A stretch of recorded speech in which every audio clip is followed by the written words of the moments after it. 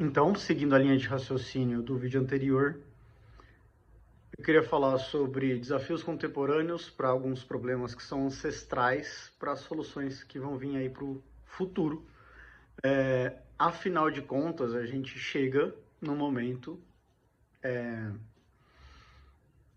de intersecção de muitas coisas. Então, a gente tem um avanço exponencial da tecnologia, incluindo inteligência artificial. A gente pega toda a revolução cultural que o feminismo trouxe. E quando o feminismo entra e desvincula a necessidade da mulher da aprovação e de individualização através do homem, isso rui toda a estrutura de poder da sociedade e a forma padrão de se resolver normalmente é por conflito, por atrito. E por que que no vídeo anterior eu falei de fractais? Porque partindo do princípio matemático de que uma unidade infinitesimalmente pequena, ela tem o mesmo padrão que algo gigantescamente grande, é muito possível, através desse ajuste, você desencadear uma nova construção, porque é o que aconteceu, né? É o momento que está acontecendo. A gente, conforme avançamos, aumentamos o nosso grau de responsabilidade, onde cada uma das nossas ações ela tem um efeito muito mais impactante. Então, quando a gente pega esse momento, essa conjuntura, né? Então, uma sociedade que está presa numa realidade de depressão, de angústia existencial, de extremos, né? Existe um pequeno grupo de pessoas que conseguiu entender e acessar um novo tipo de comportamento que o Nietzsche lá atrás ia chamar de um super-humano. E esses caras, essas pessoas, elas já existem.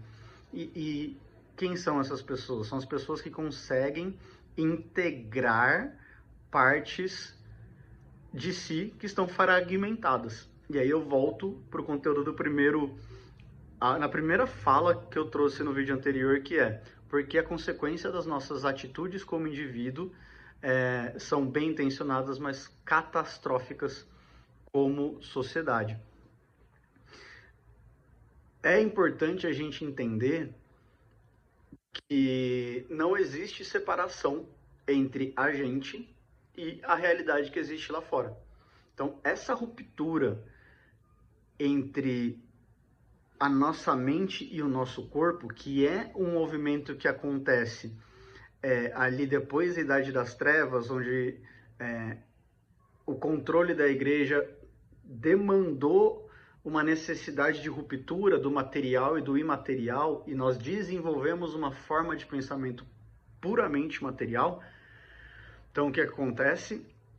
Eu ignoro a parte invisível do negócio. E eletricidade, a mente e a eletricidade, eles são, tipo, paralelos, né? Assim, são coisas invisíveis, mas você sabe que existe. Você sabe que a sua mente existe, mas ninguém consegue medir ela ainda.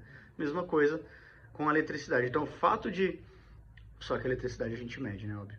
Então, o simples fato da gente ainda não conseguir medir não significa que não exista. E o fato da gente não conseguir ver não significa que não interfira. Então, existe uma estrutura da nossa psique, da nossa mente, que é complementar ao nosso corpo. E isso funciona em todas as camadas da nossa realidade. Então, tem o masculino e o feminino, e tem a mente e o corpo, o material e o imaterial. Só que nós estamos, né, funcionando sob uma perspectiva de ruptura. É só material, e essa desconexão faz você tomar decisões que geram uma angústia na parte imaterial, que interferem no sentimento, na sensação do corpo, que interfere na sua forma de tomar decisão, e aí a gente entra num espiral bastante destrutivo. E essa é o caminho, a mecânica que a gente precisa reconectar, porque a partir do momento que eu reconecto essas coisas, eu tomo consciência do funcionamento da minha mente, aí eu tenho um self, eu tenho um ego, né? E tudo isso é bastante recente, porque Freud, Jung e todos esses pensadores, eles mal têm 200 anos, mas esse conhecimento ele precisa ser mais disseminado para que a partir do momento que nós consigamos reconectar essa parte do material e do imaterial, do corpo e da mente, nós possamos assumir o controle de modo que nós possamos desfrutar o máximo possível através do nosso corpo, mas de uma maneira extremamente saudável, de uma maneira onde não desencadeie conflito, guerra, fome, para toda essa desgraceira que a gente está vivendo aí. Por quê? Porque o macro é resultado do indivíduo, né? Então, se tem gente que fala de Terceira Guerra Mundial, pode ter certeza que alguém com um porrete maior para resolver não vai resolver, né? Então, a gente começa de um ponto anterior a isso, que é cuidar do nosso próprio mundo, né? De mim, eu estou mudando a minha realidade e a realidade daqueles que estão ao meu redor. E a partir do momento que eu consigo fazer isso e eu influencio você, que também faz isso, existe aquela lógica da bomba atômica, né? Chega um ponto que a gente chega numa massa crítica e isso se desencadeia. Graças às ferramentas que a gente tem hoje, a gente pode fazer isso rápido.